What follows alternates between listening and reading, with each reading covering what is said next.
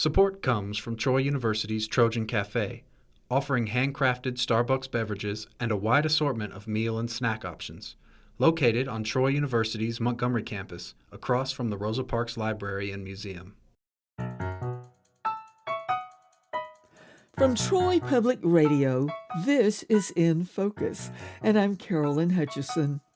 Darley Newman is the well-known host of public television's Travels with Darley series, and she visits today with a story from her new book, Revolutionary Road Trip, about the famous patriot known as the Swamp Fox and the Alabama town and military institute that bear his real name.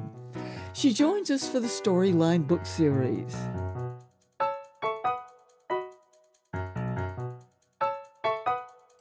Darley, welcome back. Hi, Carolyn. Excited to be on today. You have been discovering some little-known stories about our nation's history. Well, I've actually been traveling to sites related to the American Revolution since 2021. So, thinking early on about that we have this 250th of the United States of America, and also that there is so much history whenever you look at these great time periods that goes undiscovered and is lesser known. So I wanted to go to the locations that people can still discover today. I just think it's remarkable that people are able to travel to these historic sites and enjoy the history, learn about the history, but also that the history is constantly changing at these sites. So I didn't know I was going to write the book when I started doing this project. I was filming it for Travels with Darley. I have 12 half hours devoted to Revolutionary Road Trip. So I've filmed 12 half hours on the subject. But even in doing those episodes, Carolyn, I just found that there was so much that I couldn't even put in the episodes. And I felt compelled to write the book, even though it took a lot of time, because I thought these are stories that need to be documented. There's so many that haven't been, and I was surprised by that. It's a rare treat to have so many of these stories in book form and concentrating on the American Revolution. There's a section of your book devoted to Francis Marion, the Swamp Fox, and I immediately thought about Marion, Alabama, and its famous military institute, and wondered if you'd been there too. It's a remarkable story because Francis Marion is seen throughout South Carolina in particular. And it's not until we had this meeting today, Carolyn, that I knew that there was a Marion. Actually, you know what? I've been to Marion. So now that you said that, I just drew the conclusion because we filmed there for Travels with Darley. So I've been to Marion. And at the time I was there, it was before I was doing this. I didn't draw the conclusion to Francis Marion. But in fact, his name is seen throughout the United States. In its parks, and there's schools named after Francis Marion or Marion. There's parks. It's, as I learned from Keith Gordon in visiting Francis Marion's gravesite in South Carolina, he truly has a name that has really carried on. But how did he get the name the Swamp Fox in South Carolina? So first of all, he was pretty remarkable in the way that he thought about this American Revolution and these battles, because he had different ideas. And I think it's that kind of out of the box thinking that you'll find in South Carolina and in many southern states, I would say. There were very organized tactics on the British side and for the Americans in a lot of places. But Francis Marion decided to do things differently. And he was looking at these defeats that were happening throughout the southern states. And he wanted to go out in the swamps and bring people through this different terrain that they were not used to. So he waged these kind of guerrilla warfare tactics in the forests and the swamps of the Low Country.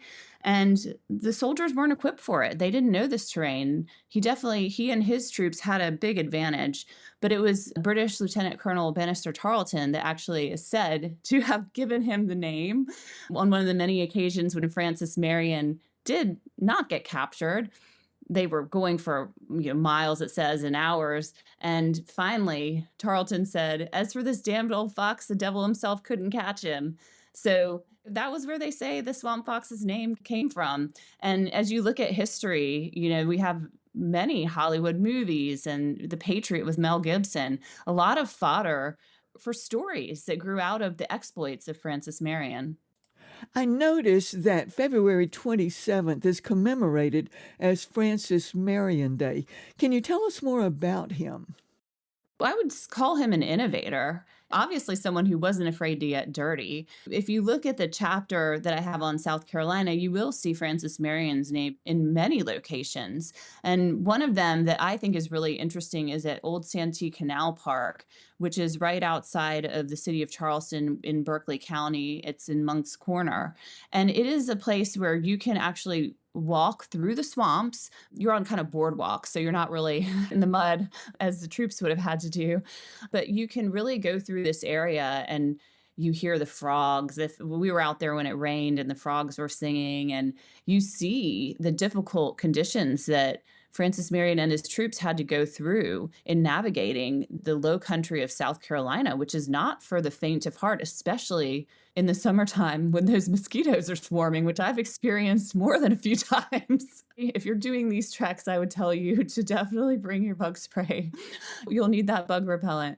But you can walk through this cypress swamp and really get a sense of the conditions that both sides were contending with, but that the British were really not prepared for. And that, I think, shows something about his personality of perseverance and not giving up and really being able to rally people together, kind of a ragtag group of patriots to fight. What was his grave like? So it's not a place that everybody goes because it's in a very remote location in Pineville, South Carolina. It's right beside what was his older brother's plantation called Belle Isle. It's about 30 minutes from Monk's Corner, and it's around the same distance or a little bit more from places like Mepkin Abbey, which I think is a great site to visit as well, an hour from Charleston. But you're in the woods and you drive down a long road. There's a historical marker on the roadside and some historical signage, and you kind of walk through a dirt path to get to his gravesite, which is pretty elaborately done, though. There is a gate around it. He's got his gravesite along with other family members, and you can read the different placards and things. There's usually American flags up there, no matter, I think, what time of year you're going, because people do still go there to commemorate Francis Marion. And as you talked about, Carolyn, with February 27th, that's Francis Marion Day, the date of his death. They have some pretty big commemorations happening that time of the year.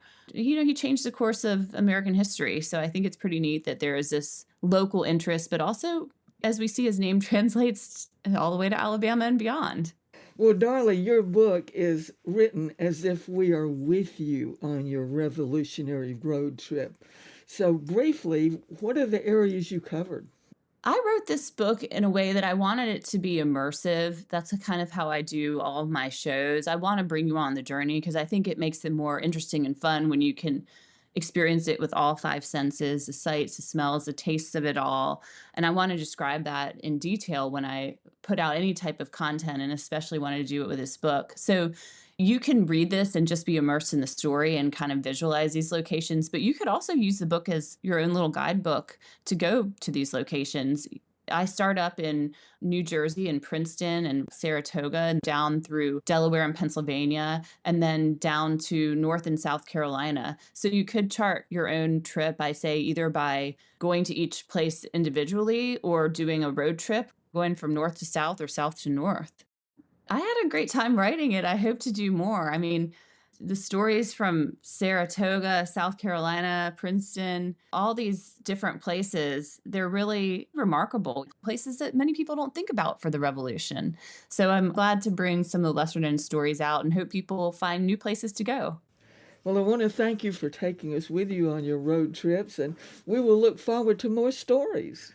Thank you, Carolyn. I appreciate it. I love Alabama. Joining us for the Storyline book series was Darley Newman, host of Public Television's Travels with Darley series, and the author of the new book, Revolutionary Road Trip, Hidden Stories from America's Founding Journey. Thanks for joining us for In Focus, which is a podcast wherever you get your podcasts. I'm Carolyn Hutchison, and this is listener-supported Troy Public Radio.